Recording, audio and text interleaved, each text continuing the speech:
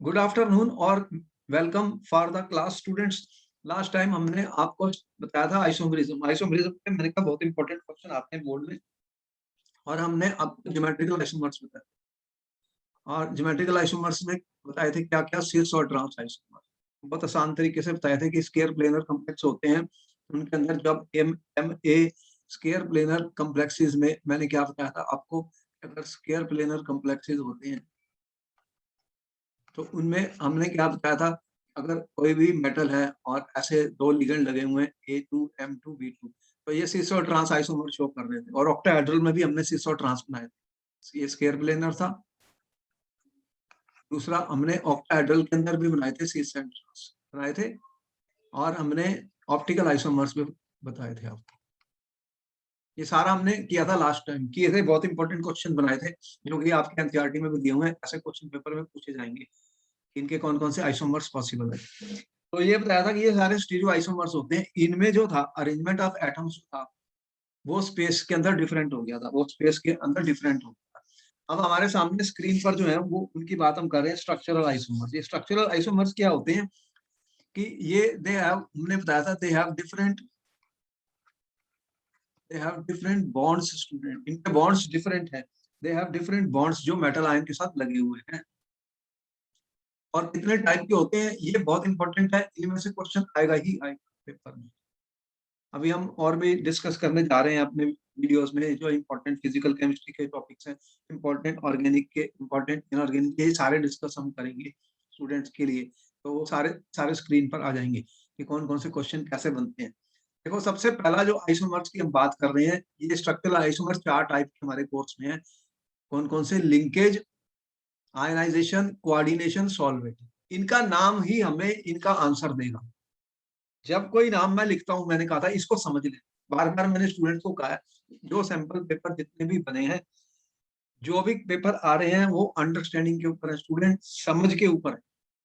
जो स्टूडेंट समझेंगे वही ही अटेम्प्ट कर पाएंगे। जो स्टूडेंट मगिंग कर रहे हैं, रट्टेबाजी कर रहे हैं, वो कामयाब नहीं होंगे। बार बार कहा जा रहा है, क्वेश्चन को समझ लीजिए, आंसर्स को समझ लीजिए स्टूडेंट। और हर कंसेप्चुअल क्वेश्चन है, कंसेप्ट को समझिए। लिंकेज का मतलब क्या होता है? सबसे बड़ी बात यह है कि मैं पहले बता रहा हूँ लिंकेज आइसोमर। लिंकेज क्या होता है? आपने पढ़ा था कि एम्बीडेंट लिगेंड्स होते हैं, पढ़े थे, बोलो। अब हाँ एम्बीडेंट जी। लिगेंड्स कौन से होते हैं? कौन से थे जो एम्बीडेंट लिगेंड्स होते हैं? जो जिनके पास एक से ज्यादा एटम है, जो आइदर डोनेट कर सकता है। एक टाइम पे एक ही एटम डोनेट करता है ये यूनिडेंडेट, लेकिन यूनिडेंडेट के साथ एम्बीडेंट है। मैंने इनको दो बार लिखा, यूनिडेंडेट भी लिखा और एम्बिडेंट का वर्ड भी यूज किया। इसका मतलब एक टाइम पर एक ही एटम डोनर होता है, लेकिन दो पॉसिबिलिटीज हैं। दो एटम ऐसे होंगे जिनमें से कोई भी यूनिडेंडेट लिगेंड का रोल अदा कर सकता है स्टूडेंट्स। वो कोई भी दोनों में से एक मेटल के साथ जुड़ सकता है। ऐसे केसेस में क्या बनने वाला है? Linkage isomer. इसे क्या बोलते हैं? Linkage isomer. लिंकेज आइसोमर जैसे कि जितने भी हमारे पास एम्बिडेंट वाले हैं वो ये बनाते हैं। जैसे कि स्टूडेंट, अगर मैंने लिखा CONH3 5NO2Cl2, देखो मैंने यहाँ पर एक कॉम्प्लेक्स का नाम लिखा, ठीक है। ये कॉम्प्लेक्स का नाम आपके सामने स्क्रीन पर आ गया। अब जो NO2 है स्टूडेंट, NO2 के बारे में आप जानते हो। NO2 जो है ये एक एम्बिडेंट न्यूक्लियोफाइल है। कैसे? एक बार ये आपको पता है कि ये डोनेट कर सकता है मेटल के साथ, और दूसरा आपको पता है स्टूडेंट कि मेटल के साथ ये एन नाइट्रोजन जुड़ सकती है। तो यहाँ पर देख रहे हैं दो कॉम्प्लेक्स बन सकते हैं। बोलो, दिख रहा है? ऑक्सीजन मेटल के साथ बॉन्ड बना रही है, यहाँ नाइट्रोजन मेटल के साथ बॉन्ड बना रही है। तो ये NO2 जो हमने लिखा था स्टूडेंट, ये एम्बिडेंट न्यूक्लियोफाइल। इसका मतलब हम ये कह रहे थे कि जो नाइट्रोजन है वो कोबाल्ट के साथ जुड़ी है, तो हमने NO2 लिखा है। लेकिन ऐसे ये भी हो सकता है, ये जो है स्टूडेंट, ये उसने बनाया था, एक साइंटिस्ट का नाम है, वो आपकी बुक में भी दिया गया है। उसका नाम है जॉर्गेनसन। जॉर्गेनसन जो था वो कोऑर्डिनेशन कॉम्प्लेक्सेस बना रहा था, उसने ये पता किया था स्टूडेंट, उसने ये फाइंड किया था कि ये एक कॉम्प्लेक्स बना और इसका जो कलर उसने देखा था वो रेड था, रेड कलर का एक कॉम्प्लेक्स बना। और एक और कॉम्प्लेक्स बना, और एक और कॉम्प्लेक्स बना स्टूडेंट, जिसका फार्मूला उसने ONO लिखा, ठीक है। और ये कंपाउंड का जो कलर था ये येलो था। आप बताओ कि इन दोनों में क्या डिफरेंस है, what is the difference between these two complexes student. एक रेड कलर का है और एक येलो कलर का है। एक बार मैंने NO2 लिखा है, एक बार मैंने ONO लिखा है। इसका मतलब यहाँ पे ऑक्सीजन कोबाल्ट के साथ बॉन्ड बना रही है, कोऑर्डिनेट कोवलेंट बॉन्ड। इसमें नाइट्रोजन कोबाल्ट के साथ कोऑर्डिनेट कोवलेंट बॉन्ड बना रही है। तो आपका मतलब ये है कि यहाँ पर ये देख रहे हो नाइट्रोजन जो है, नाइट्रोजन बॉन्ड बना रही है किसके साथ स्टूडेंट, कोबाल्ट के साथ। तो ये रेड कलर वाला। और दूसरे केस में तुम देख रहे हो कोबाल्ट के साथ कौन बना रही है, ऑक्सीजन। तो ऑक्सीजन जुड़ी है। तो ये दोनों किस टाइप के आइसोमर माने जाएंगे, लिंकेज। इनकी लिंकेज में डिफरेंस आ गया। Linkage isomer is due to this NO2 group is unidentate ambidentate nucleo ambidentate ligand. ये कौन सा है, यूनिडेंट एम्बीडेंट लिगेंड है। बात समझ में आई। ये कौन सा लिगेंड है, यूनिडेंटेड का मतलब एक टाइम पर एक ही डोनर एटम है। और ये एम्बीडेंट, एम्बीडेंट का वर्ड यूज कर रहा हूँ, बहुत इंपॉर्टेंट क्वेश्चन है ये पेपर में। इस टाइप का लिगेंड है एम्बीडेंट लिगेंड। ये दोनों पॉइंट नोट किए, बहुत इंपॉर्टेंट है, ये बहुत इंपॉर्टेंट है, सर नोट किया जाए स्टूडेंट।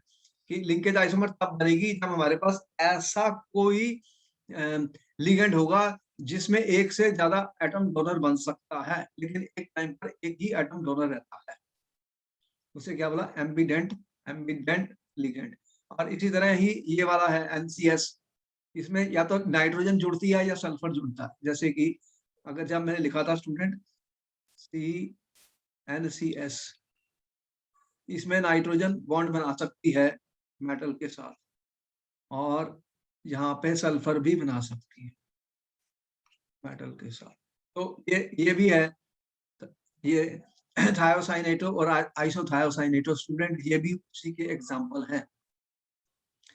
तो अगर एग्जाम में ऐसा क्वेश्चन आया कि ये कॉम्प्लेक्स ऐसे आपको दे दिया, उसने पूछा कि किस टाइप की आइसोमरिज्म ये शो करते हैं, तो आप कह सकते हो कि ये लिंकेज आइसोमर्स हैं। यहाँ पर हमने इनका पिक्चर भी बना के दिखाया आपको। देखो एक कोबाल्ट है, ठीक है, इसमें 5 अमोनिया है, ये 5 अमोनिया लिखे हैं 1 2 3 4 5। इसमें नाइट्रोजन, नाइट्रोजन जुड़ी है कोबाल्ट के साथ, देख रहे हो। और इसमें क्या हुआ, आप इसके अंदर देख रहे हो ऑक्सीजन जो है वो नाइट्रोजन कोबाल्ट के साथ बॉन्ड बनाती है। तो यहाँ नाइट्रोजन, यहाँ ऑक्सीजन। तो दोनों के अंदर आपको दिख रहा है कि किस टाइप के आइसोमर है स्टूडेंट। इनका कलर भी डिफरेंट होता है, इनका कलर भी डिफरेंट होता है। इसे क्या बोलते हैं, लिंकेज आइसोमर। बोलो समझ में आ गया। हाँ जी। एग्जाम में इंपॉर्टेंट है, ऐसा कोई भी क्वेश्चन आएगा, क्योंकि आइसोमरिज्म में जरूर क्वेश्चन दिए जाते हैं। तो सबसे पहले हमें समझना है, मीनिंग समझना है। लिंकेज का मतलब एक एम्बिडेंट लिगेंड है, इसके पास 2 डोनर एटम है, लेकिन एक टाइम पे एक ही जुड़ेगा, तो इस तरह से एक लिंकेज आइसोमर्स हो जाएगी, लिंकेज के आइसोमर्स बन जाएंगे। ये देखो, ये CN में इसमें भी होता है, कार्बन जुड़ सकती है और नाइट्रोजन जुड़ सकती है। ये जितने भी मैंने लिखे हैं ये कौन से हैं, एम्बिडेंट लिगेंड्स हैं। तो इसके अंदर एक बार नाइट्रोजन भी जुड़ सकती है, कार्बन भी बॉन्ड बना सकता है, यहाँ पे सल्फर भी बना सकता है और नाइट्रोजन भी बना सकता है। यहाँ पे ये नाइट्रोजन भी बना सकती है मेटल के साथ बॉन्ड, और ऑक्सीजन भी बना सकती है। तो ये जितने भी लिगेंड हमने लिखे, इनके पास एक से ज्यादा डोनर एटम है, लेकिन एक टाइम पर एक ही एटम जुड़ता है। अगर स्टेबिलिटी पूछोगे तो कार्बन का बॉन्ड ज्यादा स्टेबल होता है एज कंपेयर टू नाइट्रोजन, क्योंकि कार्बन की इलेक्ट्रोनेगेटिविटी कम होती है, वो ज्यादा अच्छा तरीके से इलेक्ट्रॉन दे सकता है। नाइट्रोजन की इलेक्ट्रोनेगेटिविटी ज्यादा, तो वो अपने इलेक्ट्रॉन को अपने पास ही रखना चाहता है। तो इलेक्ट्रोनेगेटिविटी के बेस पे भी हम बता सकते हैं अगर स्टेबिलिटी पूछी जाए ऐसे लिगेंड्स के अंदर, लिंकेज आइसोमर्स। तो उसने देखा कि कलर ही डिफरेंट हो गए हैं। जब आपने देखा कि कलर डिफरेंट हो गए हैं लिंकेज आइसोमर्स के अंदर, जब लिंक किया है मेटल पे, और उनकी स्टेबिलिटी भी चेंज हो जाती है, स्टेबिलिटी भी चेंज होती है स्टूडेंट्स। ये तीनों लिगेंड मैंने दिखाई, ये बना सकते हैं। नेक्स्ट आ रहा है student coordination isomerism. Coordination isomers कब होते हैं? देखो, अगर आपके पास कोई ऐसा कॉम्प्लेक्स है जिसमें कैटायनिक भी कॉम्प्लेक्स है और एनायन भी कॉम्प्लेक्स है। जब मैंने आपको बताए थे coordination compound, students coordination compounds हमने बनाए थे जब, तो हमने कहा था पहला जो होता है पार्ट वो कैटायनिक होता है और एक एनायनिक होता है। अगर एक कॉम्प्लेक्स में अगर मैंने मान लो ये फार्मूला लिखा CONH3 और लिखा CrCN6 स्टूडेंट, तो इस केस में क्या है स्टूडेंट कि यहाँ पर आप देखिए कि ये पहला जो होता है ये कैटायनिक होता है पार्ट, और ये वाला जो होता है ये एनायनिक होता है स्टूडेंट। ये कौन सा है? एनायनिक। तो यहाँ पर ये कैटायनिक है, ये एनायनिक है। अगर इसको मैं देखूं तो ये ऐसे दिखेगा 3+ है और ये 3- है, ठीक है। तो कोबाल्ट +3 ऑक्सीडेशन स्टेट में है, क्रोमियम भी +3 ऑक्सीडेशन स्टेट में है स्टूडेंट्स। अब यहाँ पर आपके पास जो लिगेंड्स हैं कोबाल्ट के साथ वो NH3 है, क्रोमियम के साथ CN है। अब एक और कॉम्प्लेक्स बन सकता है, उसमें मैं क्या करूंगा कि ये मेटल जो है, देखो ये वाला मैं एक्सचेंज कर सकता हूँ, ठीक है। यहाँ पर एमोनिया कोबाल्ट के साथ लगा हुआ है, और ये भी हो सकता है कि मैं इनको एक्सचेंज करूँ, कोबाल्ट की जगह क्रोमियम कर दूं स्टूडेंट, एक्सचेंज करूं। मैंने किसका एक्सचेंज किया? मेटल एटम का, सेंट्रल मेटल एटम या आयन का एक्सचेंज कर दूं। अगर मैं एक्सचेंज कर दूं तो क्या बनेगा स्टूडेंट? एक कॉम्प्लेक्स में ऐसे लिख सकता हूँ CrNH3 ठीक है। और अब कोबाल्ट उधर चले गया। अब क्या हुआ कि ये आपके मेटल वाले जो थे ये एक्सचेंज कर गया, लिगेंड एक्सचेंज कर दिए, क्रोमियम अमोनिया के साथ चले गया, कोबाल्ट CN के साथ चले गया स्टूडेंट। तो यहाँ पर एक्सचेंज हो गया। क्या एक्सचेंज हो गया? जो मेटल लगे हुए थे लिगेंड्स के साथ उनको हमने एक्सचेंज कर दिया। तो ऐसे कंपाउंड्स को क्या बोलते हैं? ऐसे आइसोमर्स को क्या बोलते हैं? दो कॉम्प्लेक्स बने, एक ये और एक ये दो। तो ये आपस में क्या रिलेशनशिप है स्टूडेंट? इनको बोलते हैं कोऑर्डिनेशन आइसोमर्स। ये जो मेरा बने हैं स्टूडेंट कोऑर्डिनेशन आइसोमर्स, तो ये कोऑर्डिनेशन आइसोमरिज्म क्या हुई है स्टूडेंट्स? Coordination isomerism. बात समझ में आई कि ये एक कॉम्प्लेक्स बना, इसमें एक कैटायन है और एक एनायन। अब इसमें सिर्फ कोबाल्ट के साथ अमोनिया था, इसमें क्रोमियम के साथ CN था, मैंने इनको एक्सचेंज कर, तो क्या हुआ? क्रोमियम इधर आ गया, कोबाल्ट इधर चले गया, एक और कंपाउंड बन गया। ये दो आइसोमर बन गए। ऐसे आइसोमर्स को बोलते हैं कोऑर्डिनेशन आइसोमर, ठीक है।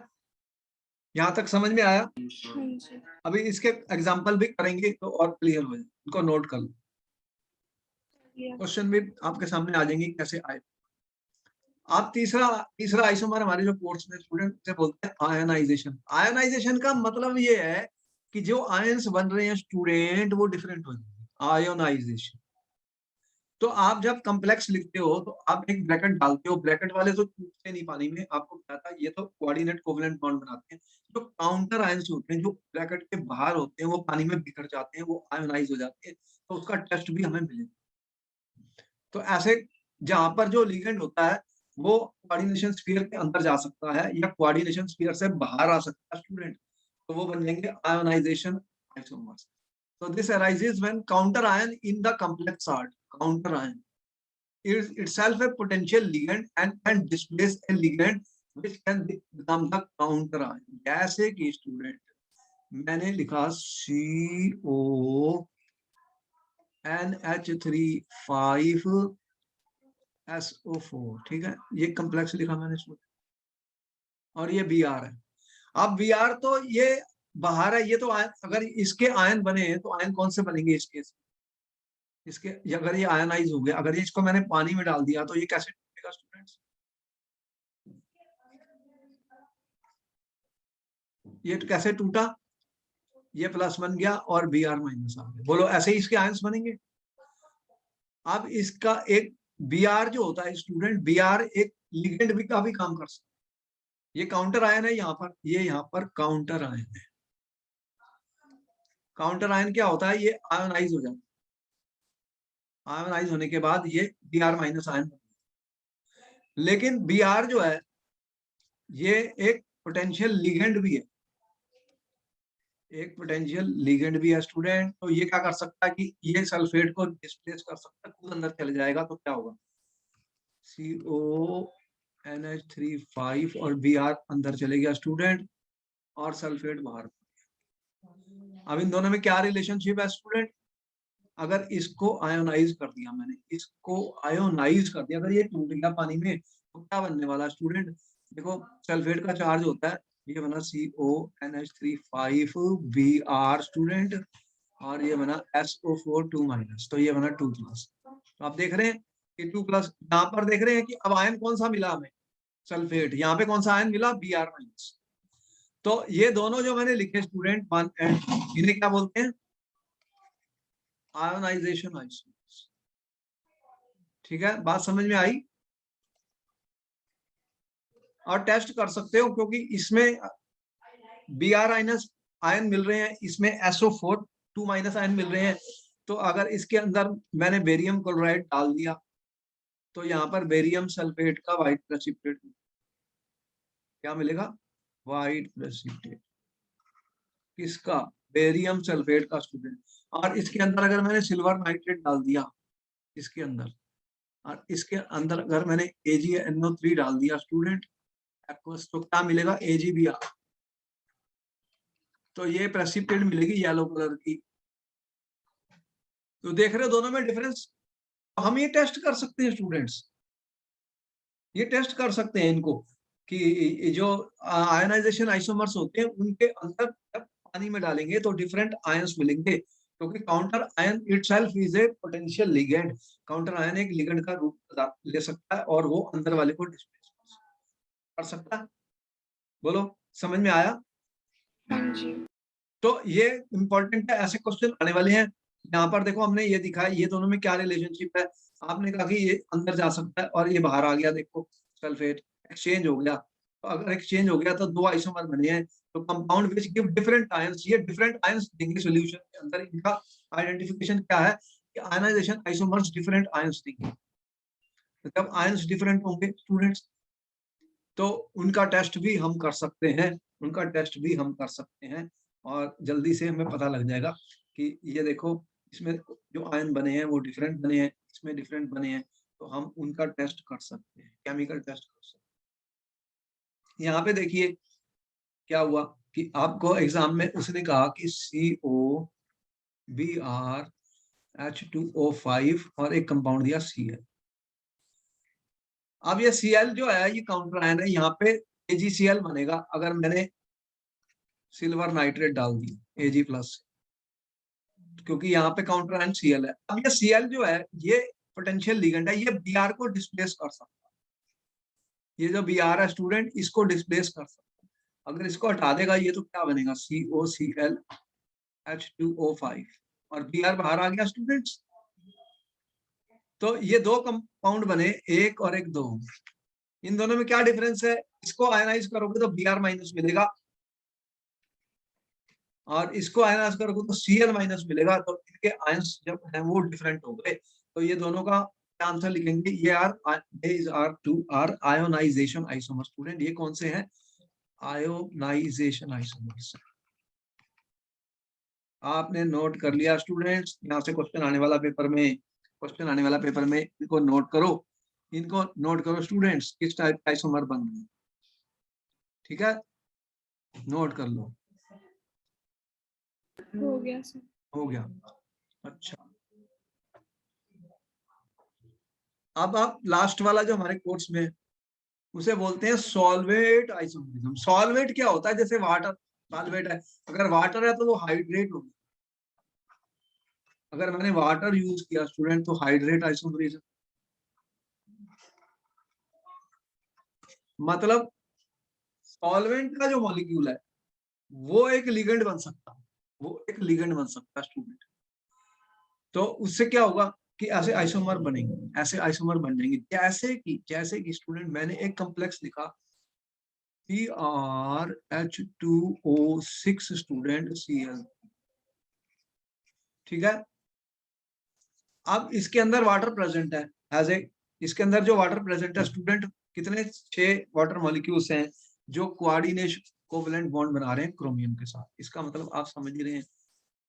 अब अगर क्या हुआ कि ये वाटर भी लिगेंड है और ये भी एक लिगेंड का काम करता है, अगर मैं एक वाटर को बाहर निकाल दूं स्टूडेंट और Cl लगा दूं उसकी जगह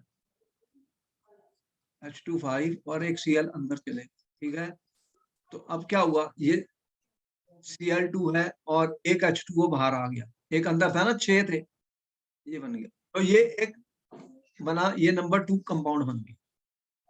अब इन दोनों में क्या रिलेशन है स्टूडेंट, इन दोनों को क्या बोलेंगे हम? ये जो कॉम्प्लेक्स होता है स्टूडेंट, इसका वायलेट कलर है और इसका ग्रे ग्रीन कलर है। देखो कलर ही चेंज हो गए, कलर ही चेंज हो गए। तो कलर क्यों चेंज हुए स्टूडेंट? एक वायलेट कलर का, एक ग्रे ग्रीन कलर का, इनका आप देख रहे हैं ये दोनों का क्या रिलेशन है। इसमें जो वाटर होता है स्टूडेंट, वाटर एक सॉल्वेंट है।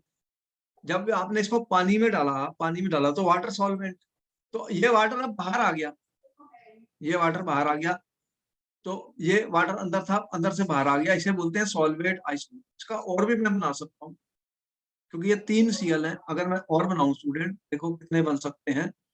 अगर मैं ऐसे लिख दूं CrH2O4Cl2, ठीक है, अब क्या हुआ, अब यहाँ पर 2 Cl अंदर चले गए, इसमें 3 थी, कितना बचा? Cl बचा, और कितना? 2 वाटर मॉलिक्यूल बाहर, ये एक और कॉम्प्लेक्स बन गया और इसका कलर होता है डार्क ग्रीन, डार्क ग्रीन होता है स्टूडेंट। 3 बन गए। तो आप कहोगे जी सारे एक और भी बन सकता है, मैं हाँ बन सकता है। अगर मैं ऐसे लिख दूं CrH2O3Cl3, तो ये 3H2O कर दूं, एक कॉम्प्लेक्स और बन गया। ये सब क्या है? They are examples of hydrate isomers. आप देखो अगर ये टूटता है तो इसमें 3 क्लोराइड आयन बनते हैं और एक ये बनता है, और ये टूटता है इसमें क्या बनेगा? देखो इसको अगर मैं आयोनाइज कर दूं तो भी इंटरेस्टिंग बात है कि ये hydrate the isomers have the same composition but differ with respect to number of solvent ligand molecules as well as counter ions in the crystal layers. आपने नोट किया? अगर मैं इसको ले लूं, अगर इसकी आयनाइजेशन कर दूं तो आयनाइजेशन पे क्या होगा? ये CrH2O6 क्या बना ऊपर? 3+ एंड 3Cl-। तो सिल्वर नाइट्रेट से कितने मोल यूज होंगे? 3, तो आपको मिलेगा 3 AgCl, 3 AgCl मिले इसमें। और अगर मैंने स्टूडेंट्स ये वाला लिया CrH2O5Cl, ठीक है, यहाँ पे Cl2 और H2O, इसको आयनाइज किया तो क्या बनेगा? CrH2O5Cl, ठीक है, और ये 2Cl-, तो ये 2+ बना, और वाटर तो सॉल्वेंट में चले गए। तो इसमें कितने बनेंगे? अगर मैंने AgNO3 डाल दिया तो 2 मोल ऑफ AgCl मिलेगा मुझे। कितना मिलेगा? 2 मोल ऑफ AgCl। तो आप देख रहे हैं कि इनके अंदर हमें different amount of silver chloride मिलेंगे जब हम AgNO3 डालेंगे।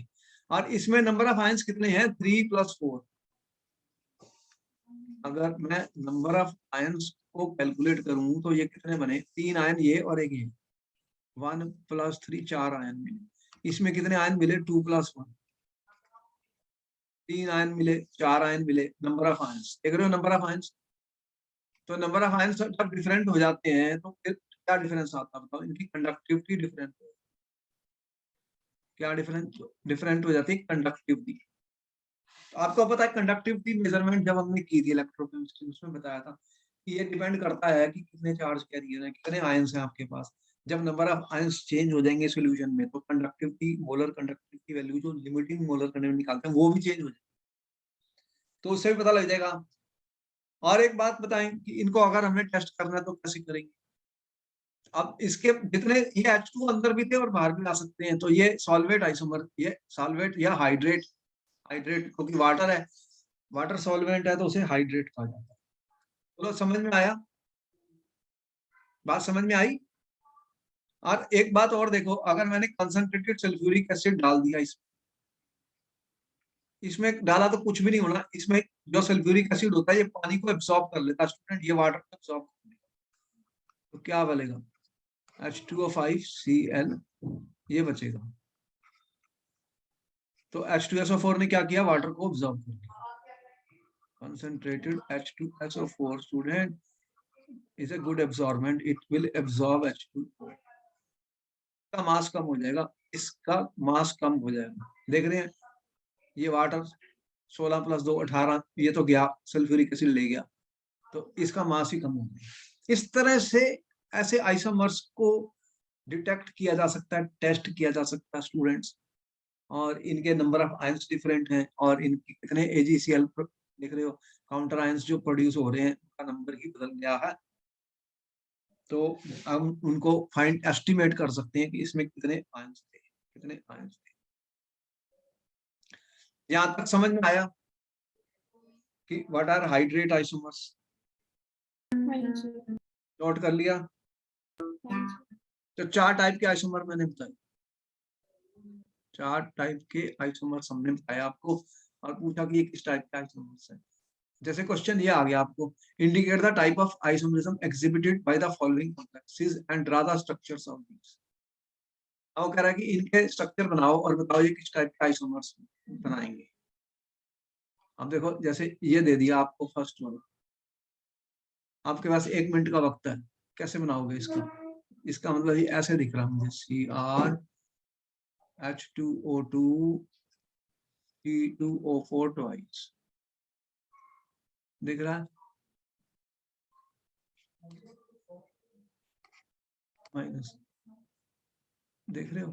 तो ये लिगेंड है इसमें, और ये कौन सा लिगेंड है? ऑक्सालेटो। ऑक्सालेटो कौन सा लिगेंड होता है आपको पता ही है, बाइरेंडेट है। शॉर्ट फॉर्म में OH लिखता हूँ, ऑक्सालेटो। तो ऐसा आपको दिखाए तो थे, जब दो एक टाइप के हैं तो ये कौन से आइसोमर शो करेंगे? ऐसे वाले लिगेंड कौन से आइसोमर शो करेंगे स्टूडेंट? यहाँ पे ऑक्सालेटो है, कौन से आइसोमर बनेंगे? इनके सिस और ट्रांस बनेंगे या नहीं बनेंगे? जल्दी बताओ। इनका सिस और ट्रांस बना सकते हो? नहीं। क्यों क्यों नहीं बना सकते? आपको कल तो बना के दिखाया था। सेकंड वाले का हाँ जी बना सकते हैं। आप देखो, आपके पास टाइम है, 1 मिनट बना के देख लो, फिर मैं बना रहा हूँ, पहले आप देख लो, चेक कर लो अपने नोट्स को, लास्ट क्लास में हमने बनाए थे। कैसे बनाते हैं हमने, ऐसे ऐसे बताया था मैंने आपको। ऑक्टाहेड्रल कैसे ड्रा करते हो स्टूडेंट? ऑक्टाहेड्रल कैसे ड्रा करते हो?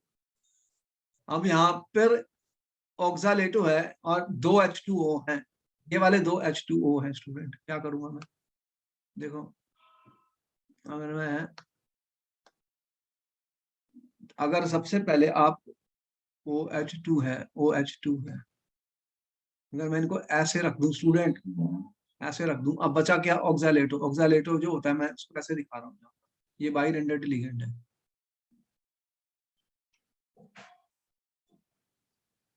ये ऑक्सालेटो लिगेंड है स्टूडेंट, ये ऑक्सालेट है। ये कौन सा है? बाइरेंडेट लिगेंड। ठीक है, ये कौन सा बनाया मैंने? सिस।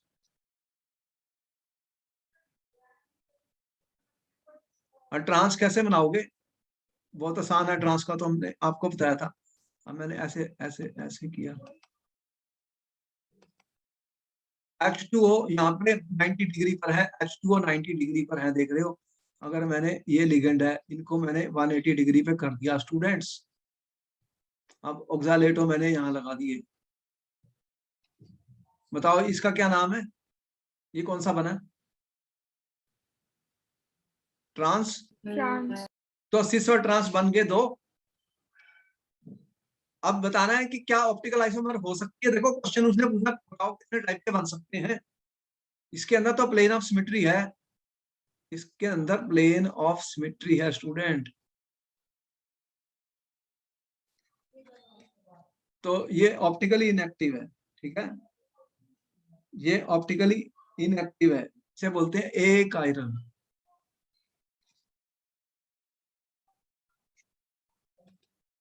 ये क्या हुआ, ऑप्टिकली, देखो बहुत इंपॉर्टेंट क्वेश्चन बता रहा हूँ, ये बहुत इंपॉर्टेंट है, ये ऑप्टिकली इनएक्टिव है।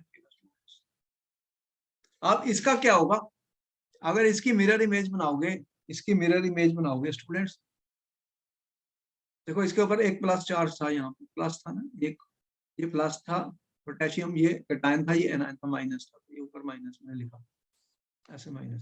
अब अगर इसकी मिरर इमेज बनाओगे, इसके अंदर प्लेन ऑफ सिमेट्री नहीं है, तो ये कायरल है, तो ये ऑप्टिकली एक्टिव होगा। इसकी एक मिरर इमेज बनेगी जिसे बोलते हैं एनांचोमर्स। ऐसे क्वेश्चन पेपर में आने वाले हैं, बहुत इंपॉर्टेंट क्वेश्चन है। इसको क्या बोलते हैं, एनांचोमर्स। एक डी होता है और एक एल होता है। बोलो, बात समझ में आई? एक डी होगा और एक एल होगा, तो इसका कैसे बनाओगे मिरर इमेज? फिर मैंने ऐसे ऐसे ऑक्टाहेड्रल वाली लाइनें ड्रा की है। अब यहाँ पे आपको दिख रहा है OH2, OH2 यहाँ पे दिख रहे हैं मुझे, 1 2, और एक ये वाला ऑक्सालेट मुझे यहाँ दिख रहा है स्टूडेंट्स, और ये वाला कहाँ पे दिखेगा, ये तो ये मिरर इमेज आइसोमर्स हैं, ये नॉन सुपर इम्पॉसिबल है, ये ऑप्टिकली एक्टिव है। तो टोटल आइसोमर कितने बने इसके? आंसर में क्या लिखा, सिस, ट्रांस और एक ऑप्टिकल आइसोमर बना। ऑप्टिकल आइसोमर किसका बना? सिस, सिस शोज ऑप्टिकल आइसोमरिज्म, ट्रांस का नहीं बना, ठीक है, ट्रांस ऑप्टिकली इनएक्टिव। बोलो, समझ में आ गया? हाँ जी। बहुत इंपॉर्टेंट है, ऐसा क्वेश्चन पेपर में बहुत बार आता है, फिर आएगा पेपर में, आएगा आएगा आएगा। आप देखो, जो भी क्वेश्चन करा रहा हूँ उसको नोट कर लो, ये इंपॉर्टेंट होते हैं, ये इंपॉर्टेंट होते हैं, ऐसे क्वेश्चन पढ़े। आप ये क्वेश्चन दे दिया आपको पेपर, आपके पास 1 मिनट का वक्त है, बताओ इसमें किस टाइप की आइसोमरिज्म होगी?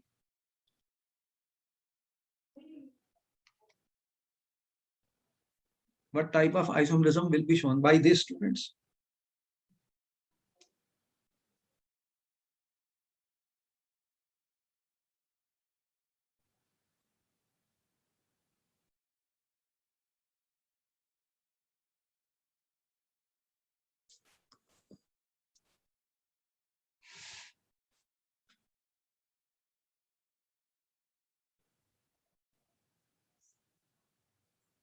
क्या आंसर लिखेंगे सेकंड का? सब क्वेश्चन पेपर में आए हुए हैं, इंपॉर्टेंट क्वेश्चन है स्टूडेंट्स। ये पेपर में क्वेश्चन आए हुए हैं, आपने बताने हैं कि इसका आंसर क्या लिखेंगे। देख रहे हैं COEN थ्राइस Cl3 किस टाइप की आइसोमरिज्म ये शो करें, और हमें एग्जाम में लिखने हैं आंसर। देखो, ऐसा क्वेश्चन कोई पेपर में दिखेगा आपको, कैसे लिखोगे?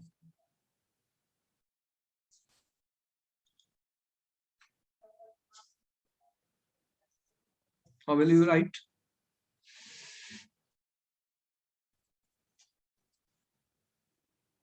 बोलो, आंसर मिल गया? कितने आइसोमर बन सकते हैं इसके, बता सकते हो एग्जाम में? देखो ये कैसा लिखा, COEN थ्राइस स्टूडेंट्स, और ऊपर बना 3, और ये बना 3Cl-। अब इसके अंदर ये EN क्या होता है, EN क्या होता है, जल्दी से बताओ, EN कौन सा लिगेंड है? EN का कौन सा है? इथेन 1,2 डाइअमीन है ना, ये इथिलीन डाइअमीन जो हमने बताया, कौन सा लिगेंड है ये सिमेट्रिकली बाइरेंडेड लिगेंड है, सिमेट्रिकली बाइरेंडेड लिगेंड है क्या? इसकी शॉर्ट फॉर्म है EN, कौन सा है? इथेन 1,2 डाइअमीन। अब ये सिमेट्रिक है, और एक में 2 डोनर एटम्स हैं, ठीक है, बाइरेंडेड लिगेंड है, बाइरेंडेड है, वो वाला यूनिरेंडेड था। तो बताओ इसका कोई ज्योमेट्रिकल आइसोमर बनेगा या नहीं बनेगा, जल्दी से बताओ। Let's show geometrical isomer, yes और नो, इंपॉर्टेंट क्वेश्चन है। क्या इसका ज्योमेट्रिकल आइसोमर बनेगा स्टूडेंट्स? क्या आंसर है आपका? Will it show geometrical isomers? जब ये दोनों लिगेंड सेम है तो अगर आप इसको ड्रा कैसे करते हो, जैसे तो बना के देख लो अगर कोई डाउट है। आप देख रहे हो ये ई एन है, यहाँ पे देख रहे हो ई एन है, दिख रहा है? यहाँ पे देख रहे हो ई एन है। बोलो, आप बताओ कि इसका कोई ज्योमेट्रिकल आइसोमर बन सकता है, यस और नो? जल्दी बताओ, can you draw a geometrical isomer of this? No, no geometrical isomer. तो सिस और ट्रांस नहीं बन सकते, ये सिस और ट्रांस तो बन नहीं सकते क्योंकि इसके अंदर क्या है, आप देख रहे हैं कि ये तीनों लिगेंड सेम है और बाइलेंडेड है, सिस और ट्रांस नहीं बन सकते। तो फिर क्या बन सकता है? आप इसका ऑप्टिकल आइसोमर बन सकता है क्योंकि ये कायरल है, ये मॉलिक्यूल स्टूडेंट कायरल है। इसके अंदर कोई भी प्लेन ऑफ सिमेट्री नहीं है, देख रहे हो इसके अंदर कोई भी प्लेन ऑफ सिमेट्री नहीं है। तो ऊपर 3 ये चार्ज था ना 3+, इसके ऊपर तो मैं 3+ लगा रहा हूँ, तो इसकी मिरर इमेज बन सकती है, तो it will show optical isomer. तो एग्जाम में क्या लिखेंगे, यही यही तो आपको बताना था, ये क्वेश्चन आया हुआ पेपर में। आप बनाइए इसका, ये ई एन है, यहाँ पर ई एन है स्टूडेंट्स, और ये ई एन है। तो ये क्या बना है, मिरर इमेज आइसोमर बनेगा। जब मिरर इमेज आइसोमर्स होते हैं उन्हें क्या बोलते हैं स्टूडेंट्स? कायरल है, ये कायरल है। उन्हें क्या बोलते हैं? ये एनांशोमर बने हैं, ये ऑप्टिकली एक्टिव है, तो ये ऑप्टिकल आइसोमर शो करेगा। आंसर में क्या लिखना है? Optical isomer. ऑप्टिकल आइसोमर कौन से होंगे? एक डी होगा और एक एल। डी कौन सा होता है? जो क्लॉकवाइज रोटेट करता है प्लेन पोलराइज को। एल कौन सा था? एंटी क्लॉकवाइज रोटेट करता है प्लेन पोलराइज को। बोलो बात सही है या गलत है? जल्दी बताओ, बात समझ में आ गई? नोट किया? आंसर कैसे लिखने हैं पेपर में? तो इसके सिर्फ ऑप्टिकल आइसोमर बनेंगे, टोटल 2 ही बनेंगे, और इन्हें क्या बोलते हैं? एनांशोमर्स। सिमेट्रिकल नहीं बने, इसको क्या बोलते हैं? एनांशोमर्स कहा जाता है स्टूडेंट। नोट करो स्टूडेंट, नोट करो, इंपॉर्टेंट पॉइंट नोट करो। आप नेक्स्ट क्वेश्चन पर आ गए स्टूडेंट। आप इसमें बताओ कि किस टाइप के आइसोमर बनने वाले हैं। इसमें किस टाइप के आइसोमर बनने वाले हैं स्टूडेंट्स? किस टाइप के आइसोमर इसमें बन सकते हैं जो नेक्स्ट बताया मैंने?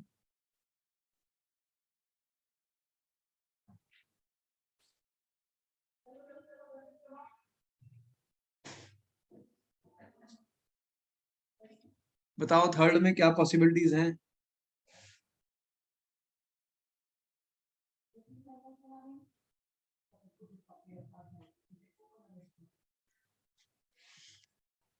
क्वेश्चन नंबर 3, NO2 देखो इसके अंदर लगा हुआ है। अब बताओ NO2 किस टाइप का लिगेंड है? ये वाला लिगेंड किस टाइप का स्टूडेंट? NO2 ये एम्बिडेंट है,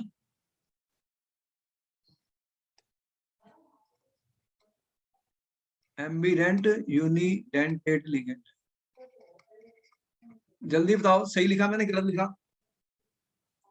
तो ये क्या कौन से बनाता है, कौन से आइसोमर बनाएगा? जल्दी से बताओ, क्या आंसर है आपका? देखो क्वेश्चन को अटेम्प्ट करना सीख है। कौन से 4 ही तो बताए थे तुम्हें मैंने अभी, कौन कौन से? लिंकेज वाला। तो ये लिंकेज बनाएगा एग्जाम में, क्या तो लिंकेज बना के दिखाना पड़ेगा। तो इसका लिंकेज क्या बनेगा?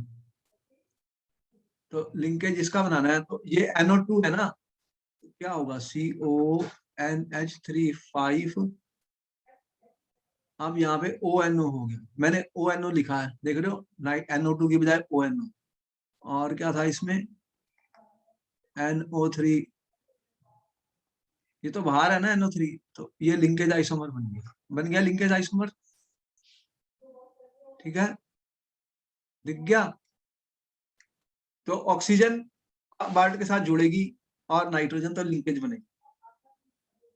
एक और भी बन सकता है, और कौन सा बन सकता है? देखो एक तो मैंने ये बताया CONH3 5, ठीक है। यहाँ पर मैंने अब NO2 लिखा था, मैंने इसको ONO कर दिया, ONO कर दिया। स्टूडेंट दिख रहा? अब ये ऑक्सीजन क्वार्ट के साथ जुड़ा, ठीक है। इसको शॉर्ट फॉर्म में लिख देता हूँ। चलो अब आपको समझ आ गया मैंने क्या दिखाना है।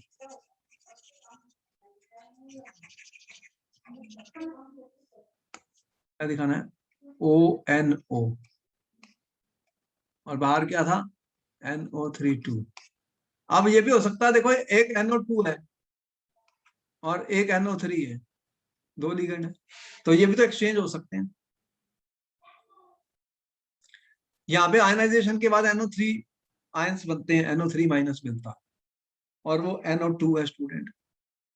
अगर मैं इसको ऐसे लिख दूं CONH3 5 और यहाँ पे अंदर NO3 कर दूं और बाहर कर दूं NO3 1 और NO2, तो ये भी हो सकता है। अब क्या होगा फिर? ये किस टाइप का आइसोमर बन गया? ये पोटेंशियल लिगेंड है nitrate. Nitrate itself can be A potential ligand student. तो ये किस टाइप का बन गया? आयोनाइजेशन। तो आयोनाइजेशन भी हुआ और लिंकेज भी हुआ, लिंकेज और आयन दोनों बन। तो देखो हमें सारी पॉसिबिलिटीज को लेके चलो, जो भी आइसोमर है उसमें कितने टाइप के बन सकते हैं, सबको लेके चलना है, ये नहीं कि एक ही टाइप को लेके चलना है। स्टूडेंट्स ये ऐसा क्वेश्चन पेपर में आने वाला है। नेक्स्ट क्वेश्चन आ गया स्क्रीन पर, PTNH3H2O Cl2, इसमें किस टाइप का आइसोमर हो सकता है स्टूडेंट्स? अब इसमें कौन से आइसोमर बनेंगे बताओ, इसमें किस टाइप की आइसोमरिज्म हो रही है? फोर्थ क्वेश्चन स्क्रीन पर है, आपके पास 1 मिनट का वक्त है, जल्दी से निकाल के बताइए किस टाइप के आइसोमर बनेंगे यहाँ।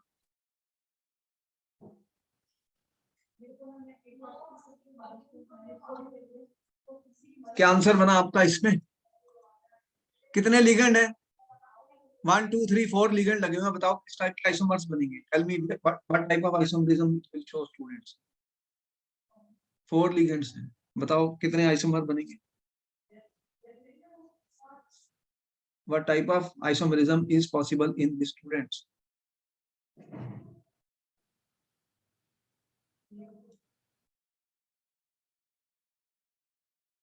क्या आंसर निकला? इंपॉर्टेंट क्वेश्चन है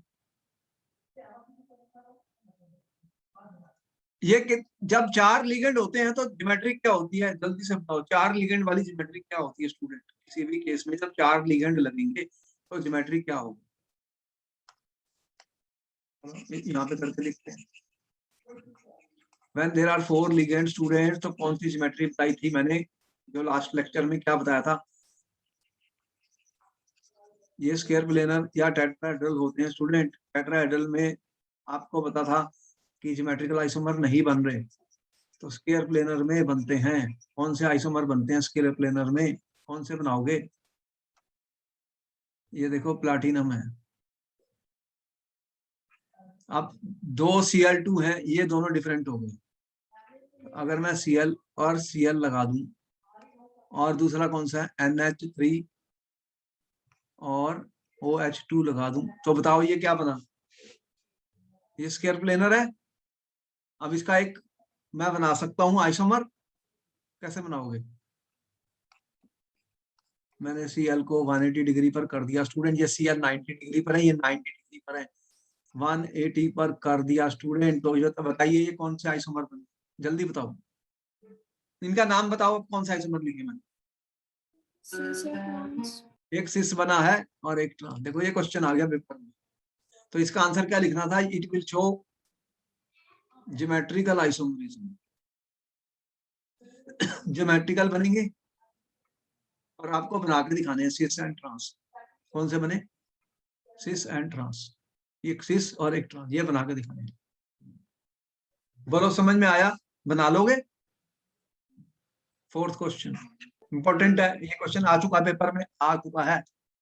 एक बात बता दूं, ऐसे कोई भी क्वेश्चन आपको पेपर में मिलेगा, ये जो आइसोमेरिज्म है ये सबसे इंपॉर्टेंट टॉपिक है, इसमें से क्वेश्चन आने वाले हैं। अभी तक मैंने आपको सिस ट्रांस बताए, फैक और मर बताए, और ऑप्टिकल बताए, और अब आपको 4 तरीके के मैंने बताए, लिंकेज, कोऑर्डिनेशन, आइसोमेरिज्म, और सॉल्वेट हाइड्रेट वाले, आयनाइजेशन। इन सब में से कोई ना कोई क्वेश्चन 100% आएगा। सुन लो मेरी बात, इनको समझ लो, अगर समझ में नहीं आया दोबारा पूछ लो।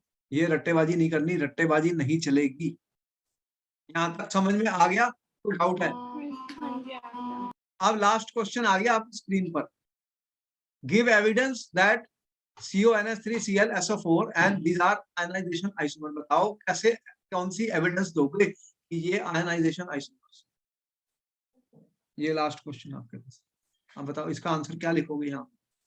ये मेरा क्वेश्चन 1 था, ये क्वेश्चन नंबर 2 का आंसर कैसे लिखोगे, क्वेश्चन नंबर 2 का आंसर क्या दोगे, जल्दी से बताओ। अब आपको क्वेश्चन नंबर 2 का आंसर देना है एग्जाम में स्टूडेंट। ज्यादा तो लिखना नहीं होता, थोड़ा ही लिखना होता है। जल्दी से बताइए क्या आंसर लिखोगे इसका, क्वेश्चन 2 का। इन दोनों को कैसे कहोगे कि ये आयनाइजेशन आइसोमर्स हैं, एविडेंस देनी है। सेंट्रल मेटल एटम इसमें क्या होगा, जब ये आयनाइज करेगा तो क्या मिलेगा मुझे। आयनाइजेशन का मतलब ये आयोनाइजेशन के बाद डिफरेंट आयंस मिलना होता है। मैं लिख रहा हूं ऑन आयोनाइजेशन, ये क्या बनाएगा, CONH3 5Cl plus SO4 2 minus, तो ये 2 प्लस हो गए।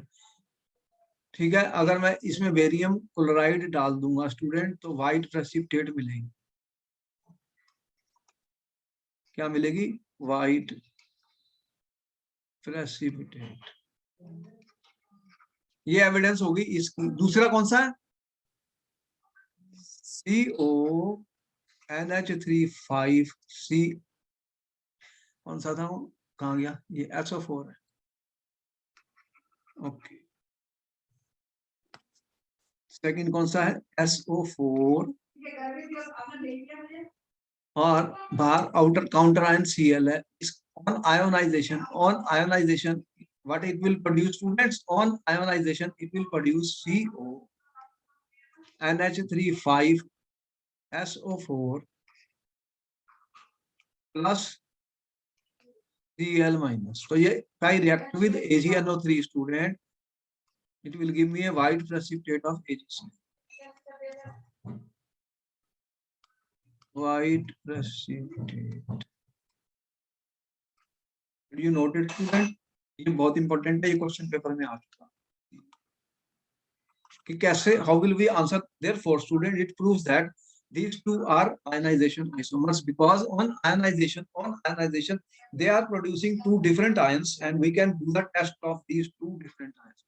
One of them एक बेरियम क्लोराइड से व्हाइट प्रेसिपिटेट दे रहा है और दूसरा सिल्वर नाइट्रेट से व्हाइट प्रेसिपिटेट दे रहा है AgCl की। वो तो समझ में आया, आपने नोट कर लिया सारा।